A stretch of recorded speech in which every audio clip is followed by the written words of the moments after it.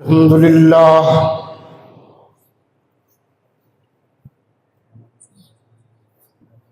الحمد لله وحده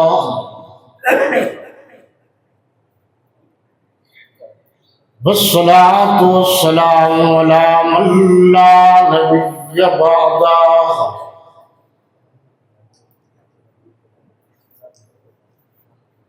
لا نبي بعده ولا نبوة بعده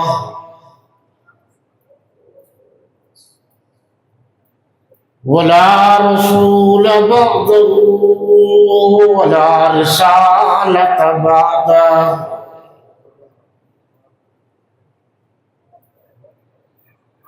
ولا إمام بعده ولا معصوم بعده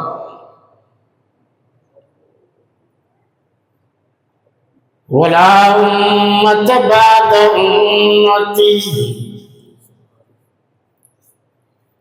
ولا شريعة بعد شريعتي ولا كتاب بعد كتاب الله إلى يوم القيامة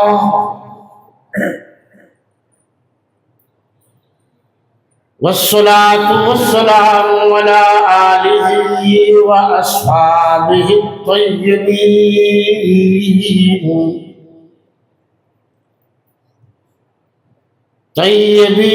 الطاهرين الراشدين المهديين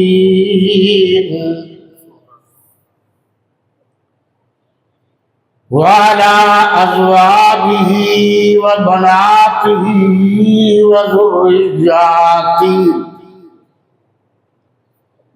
وذرياته أجمعين.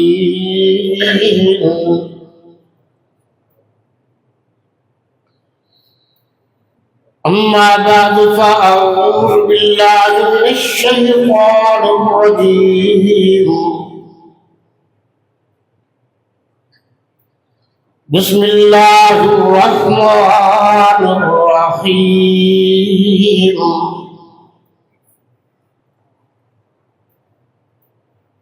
إنا نحن نزلنا الذكر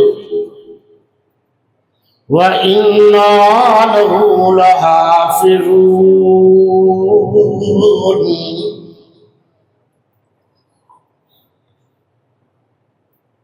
وقال الله تبارك وتعالى في مقام آخر: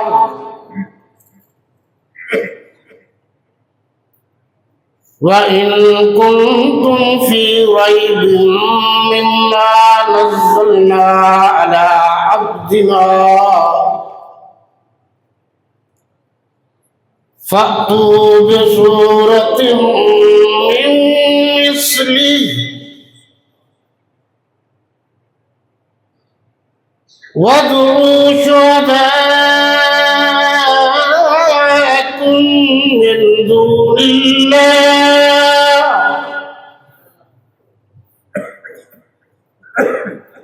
إن كنتم صادقين.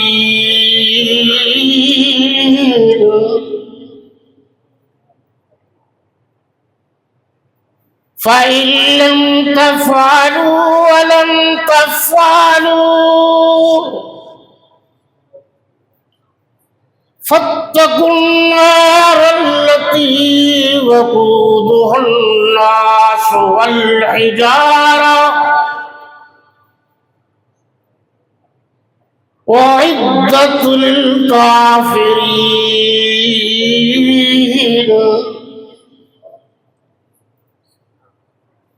وقال النبي صلى الله عليه وسلم: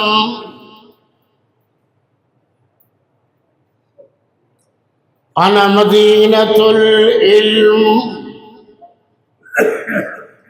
وأبو بكر أساسها وعمر جدارها وعثمان سقفها وعلي بابها وقال النبي صلى الله عليه وسلم الصديق في الجنة والعمر في الجنة والعثمان في الجنة والعلي في الجنة صدق الله مولانا العظيم وصدق رسوله النبي الكريم ونحن على ذلك لمن الشاهدين والشاكرين والحمد لله رب العالمين. اللهم صل على محمد النبي الأمي وعلى آله وبارك وسلم تسليما كثيرا كثيرا. محمد از تمہیں خواہم خدا را، خدایا از تو عشق مصطفیٰ را، ایمان ما اطاعت خلفاء راشدین، اسلام ما محبت آل محمد است. دنیا صداقت میں تیرا نام رہے گا، صدیق تیرے نام سے اسلام رہے گا. دنیا عدالت میں تیرا نام رہے گا، فاروق تیرے نام سے اسلام رہے گا. دنیا سخاوت میں تیرا نام رہے گا، عثمان تیرے نام سے اسلام رہے گا. دنیا شجاعت میں تیرا نام رہے گا، علی تیرے نام سے اسلام رہے گا. دنیا مصالحت میں تیرا نام رہے گا، حسن تیرے نام سے اسلام رہے گا. دنیا سیاست میں تیرا نام رہے گا، معاویہ تیرے نام سے اسلام رہے گا. دنیا شہادت میں تیرا نام رہے گا، حسین تیرے نام سے اسلام رہے گا.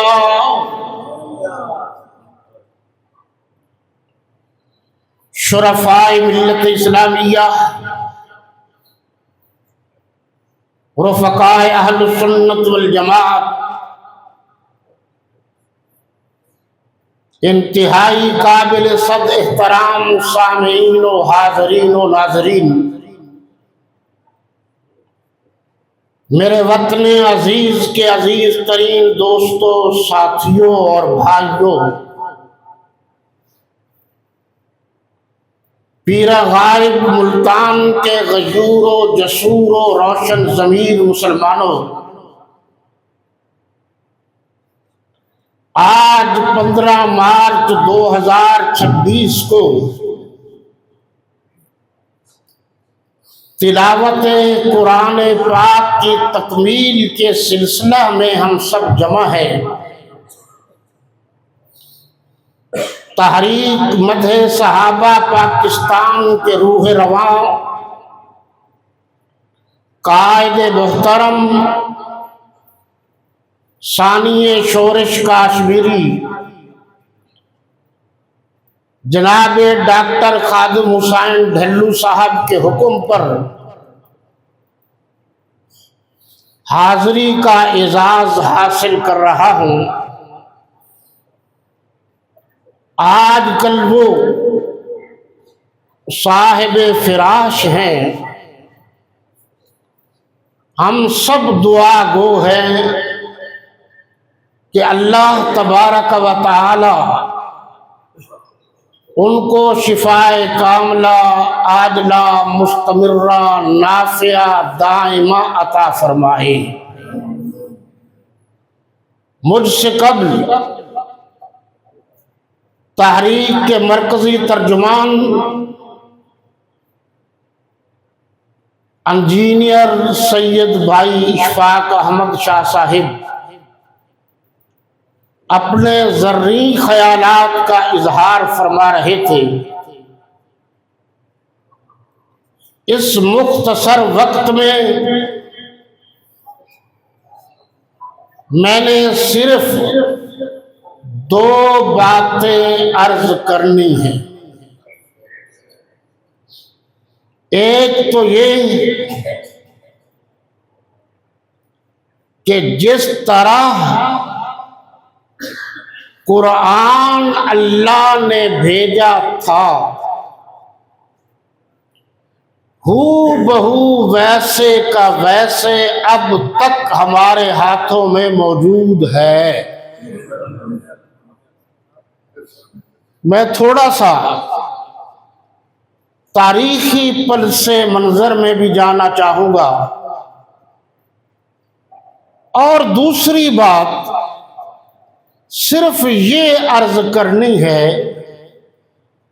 کہ قرآن کے لکھنے والے اتنے مخلص تھے کہ اللہ نے پہلے ان کے دلوں کو جانچا، پھر حکم دیا میرے کلام کے لکھنے کے لیے ان سے بہتر اور کوئی انسان نہیں ہے۔ اچھی طرح ذہن میں رکھ لیجئے، تمام پڑھے لکھے دوست موجود ہیں۔ قرآن لکھا لکھایا نہیں آیا، یعنی ایک دفعہ ہی پورا لکھا ہوا ہو اور آسمان دنیا اور پھر زمین پر آیا ہو۔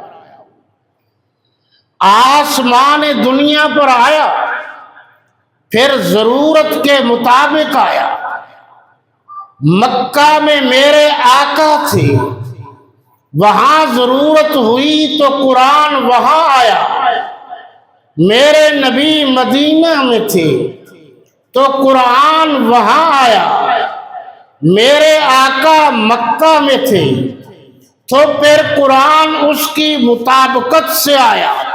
میرے آقا میرے مولا پہاڑ پر تھے تو قرآن وہیں آیا۔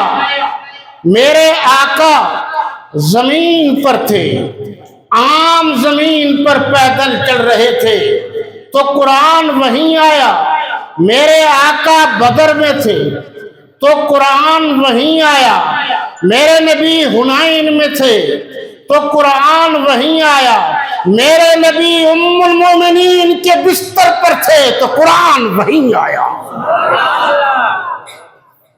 میرے نبی قرآن کو لینے نہیں گئے، قرآن کو اللہ نے بھیجا ہے۔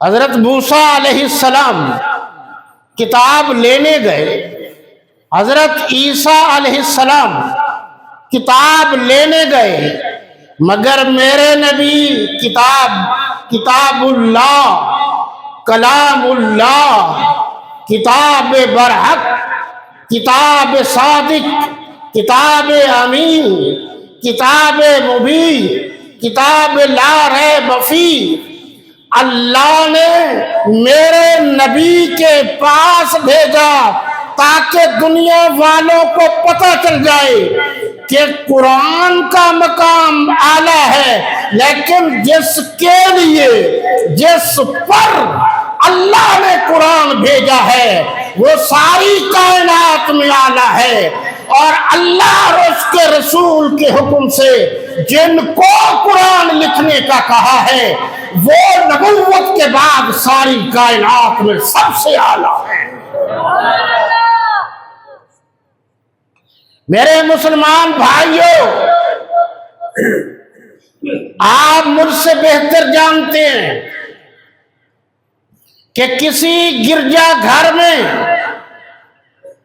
آپ کو یہ آواز نہیں آئی ہوگی کہ فلاں پادری آج انجیل کو باجبات سنا رہے ہیں اور پیچھے وہ عیسائی سن رہے ہیں. کوئی یہودی موسوی کتاب کو نہیں سنا رہا، کوئی ہندو، کوئی سکھ، کوئی اور کافر اپنی مقدس کتاب کو نہیں سنا رہا، اور پوری دنیا کو چیلنج ہے کہ وہ اپنی مقدس کتاب کا، چاہے وہ انجیل ہو، چاہے وہ زبور ہو، چاہے وہ تورات ہو، ان کا حافظ دکھا دو. پوری دنیا میں ان کی کتاب کا کوئی حافظ نہیں. قرآن وہ واحد کتاب ہے کہ پوری دنیا میں کروڑوں کے اعتبار سے، کروڑوں کے حساب سے حفاظ موجود ہیں. جگہ کم ہے، قرآن کے حفاظ زیادہ ہیں. اگر تم سچے ہو تو اپنی کتاب کا حافظ لاؤ، اور اگر ہم اپنے نبی کے چاہنے والے سچے ہیں تو ہم حافظ لے آتے ہیں. یہ قرآن کی سچائی کی دلیل ہے. جناب رسالت پناہ صلی اللہ علیہ وسلم نے فرمایا،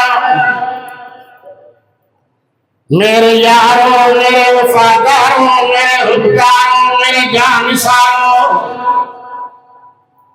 میرے چاہنے والوں، میرے نوکروں، میرے عاشقان و صادقان، میرے غلاموں، آپ نے فرمایا میری بارات کے براتیوں، کہ اللہ کے نبی کی بارات کے براتی تو صحابہ تھے. جی آپ صلی اللہ علیہ وسلم نے فرمایا، ترکت فیکم امرین لن تضلوا من بعد ما تمسکتم بہ، کتاب اللہ و سنت رسول اللہ. زندگی نہ جانے کب ختم ہو جائے، جب میں اس دنیا سے چلا جاؤں. او میرے یارو، او مجھ پر جان چھڑکنے والوں، میرے لیے سب کچھ قربان کرنے والوں، میرے نبی کے لیے اپنے بچے قربان کرنے والوں، میرے نبی کے لیے دھن اور دولت قربان کرنے والوں، میرے نبی کے لیے اپنی عورتوں کو بیوہ کرنے والوں. جی میں جب دنیا سے اللہ کے قانون اور ضابطے کے مطابق چلا جاؤں تو اختلاف نہیں کرنا، جھگڑا نہیں کرنا، لڑائی نہیں کرنا. ترکت فیکم امرین، اس کو کہتے ہیں حدیث الثقلین. اس پر بڑی بحث ہے. مولانا محمد نافع صاحب کی کتاب کا ضرور مطالعہ کیجیے. بہت سے علماء کرام حدیث غلط پڑھتے ہیں. کتاب اللہ و اطرت ہی کا لفظ نہیں ہے، کتاب اللہ و اولاد ہی کا لفظ نہیں ہے. وہ کتاب اللہ و اہل بیت ہی، یہ تینوں لفظ لوگوں نے خود داخل کیے ہیں. اصل لفظ ہے کتاب اللہ و سنت رسول اللہ. محدثین اس پر بھی بیعت کرو. جی میری یعنی مجھ پر اتری ہوئی کتاب پر عمل کرنا ہے، اور جو میرا طریقہ ہے اس پر عمل کرنا ہے. اللہ کا قرآن میرے اللہ کا حکم، حضور کا فرمان، حضور کا طریقہ. آپ کا طریقہ کون سا ہے؟ آقا صلی اللہ علیہ وسلم نے فرمایا، سنتی و سنت الخلفاء الراشدین المہدیین، میرا طریقہ اور خلفاء راشدین کا طریقہ یہ میری سنت ہے۔ اور ترمذی شریف میں ہے وَعَنْ سُئِلَ رسول اللہ صلی اللہ علیہ وسلم مَا الصِّرَاطُ الْمُسْتَقِيمُ قَالَ مَا أَنَا عَلَيْهِ وَأَصْحَابِي، پوچھا گیا کہ صراط مستقیم کون سا راستہ ہے؟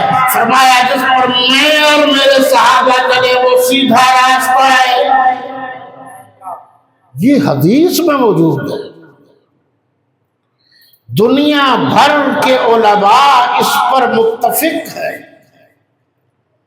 قرآن سچا ہے، سچا ہے کہ نہیں؟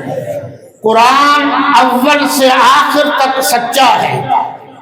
قرآن جب سے نازل ہوا قیامت تک یہی رہے گا۔ توجہ کیجئے، قرآن لندن میں سورہ یاسین پڑھی جا رہی ہو تو یہی صورت ہوگی، مکہ میں پڑھی جا رہی ہو یہی صورت ہوگی، مدینہ میں پڑھی جا رہی ہو یہی صورت ہوگی، ملتان میں پڑھی جا رہی ہو یہی صورت ہوگی۔ قرآن کی صداقت کی ایک دلیل یہ بھی ہے کہ پوری کائنات میں جہاں بھی قرآن کا جو حصہ اٹھا کر دیکھو گے ساری دنیا میں وہی ہوگا۔ دیکھ لیجیے مکہ المکرمہ میں جو تلاوت ہو رہی ہے، آپ جہاں قرآن مجید اٹھائیں وہ سورت نکالیں اور سننا شروع کر دے، کوئی غلطی ہے؟ نہیں ہے۔ اچھا آپ یورپ سے انجیل لے لیجئے، آپ برطانیہ سے زبور لے لیجئے، انڈیا سے آپ انجیل لے لیجئے، انجیل مقدس جسے کہتے ہیں۔ آپ ہر شہر کی انجیل لے کر پھر اس کو ٹیلی کیجئے، فرق آئے گا، فرق آئے گا۔ لیکن قرآن کی یہ خوبی ہے جہاں سے مرضی لے لو فرق نہیں آئے گا، یہاں تک کہ جہاں سورہ فاتحہ ہے وہیں رہے گی، جہاں سورہ یاسین ہے وہیں ہے، رہے گی تا قیامت۔ سورہ الناس جہاں تھی وہیں ہے۔ جس طرح قرآن کی صورتوں کو آگے پیچھے نہیں کیا جا سکتا، اس طرح میرے نبی کے خلفاء اسلام کو بھی آگے پیچھے نہیں کیا جا سکتا۔ کیسے کرو گے؟ قرآن بھی نص قطعی ہے۔ اللہ اور اس کے رسول کے حکم سے قرآن لکھا گیا تو لکھنے والوں کی سچائی پر اعتماد نہیں کرو گے تو قرآن کہاں سے لاؤ گے؟ اور ایک جناب انجینئر صاحب کی موجودگی میں عالمانہ تبصرے کی تو اجازت ہے نا، ایک انتہائی ذمہ داری سے عرض کر رہا ہوں مسلمانوں، پورے قرآن میں ایک سورت ایک آیت ایسی دکھا دو جو صحابہ کرام نے نہ لکھی ہو۔ اب اگلی بات بھی کر رہا ہوں، یہ حروف مقطعات آپ کے لیے یہ باتیں زیادہ سود مند ہوں گی، میں نے سب کو دیکھنا ہوتا ہے۔ مقطعات جتنے حروف ہیں سب مفسرین متفق ہیں کہ ان کا کوئی ترجمہ نہیں، حتمی ترجمہ کوئی قیاس تو ہے۔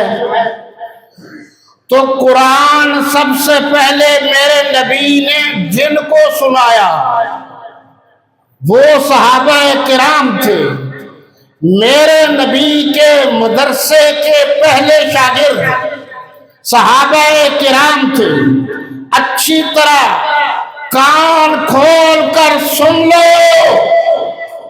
قرآن جب اترا ہے تو اس دھرتی پر سب سے پہلے قرآن پر عمل کرنے والے جمیل الشجم، شفیع الامم، صاحب التاج والمعراج والبراق والعلم، صاحب الجود والکرم، خیر البشر، سید البشر، افضل البشر، اجبر البشر، اکبر البشر، احسن البشر، سید الانوار والتجلیات نے سب سے پہلے اس دھرتی پر قرآن اترنے کے بعد عمل کر کے دکھایا۔ میرے نبی کی زبان سے قرآن سننے والے بھی صحابہ ہیں، اور میرے نبی کو قرآن پر عمل کرتے ہوئے دیکھنے والے بھی صحابہ ہیں۔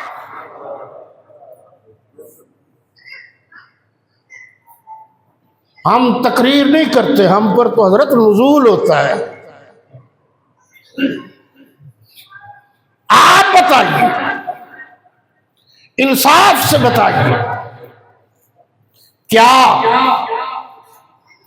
میرے نبی کو قرآن کی کسی آیت پر عمل کرتے ہوئے دیکھنے والے سب سے پہلے صحابہ کے علاوہ کوئی اور ہے؟ تو آپ صلی اللہ علیہ وسلم نے فرمایا کہ زندگی کے آخری دن آ رہے ہیں، جبریل امین علیہ السلام تشریف لائے، قرآن جو لکھا گیا تھا، توجہ کیجئے، قرآن چمڑے پر لکھا گیا تھا، لکڑی کی تختی پر لکھا گیا تھا، قرآن پتھر پر لکھا گیا تھا، قرآن پتھر کی تختی بنائی ہوئی پر لکھا گیا تھا، اور قرآن موٹا کاغذ جو اس وقت ایجاد ہو چکا تھا اس پر لکھا جا رہا تھا۔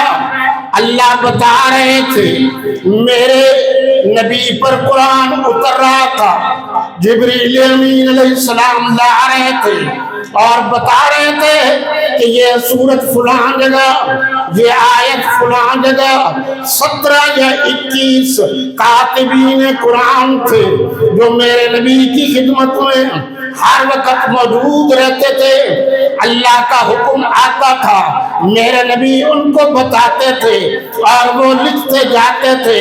سب سے زیادہ لکھنے والے حضرت امیر معاویہ ہیں۔ یاد رکھو مسلمانوں، قرآن لکھنے والے صحابہ ہیں۔ جس دل میں صحابہ کی محبت نہیں آئے گی، قیامت تک اس دل میں قرآن کی دولت نہیں آئے گی۔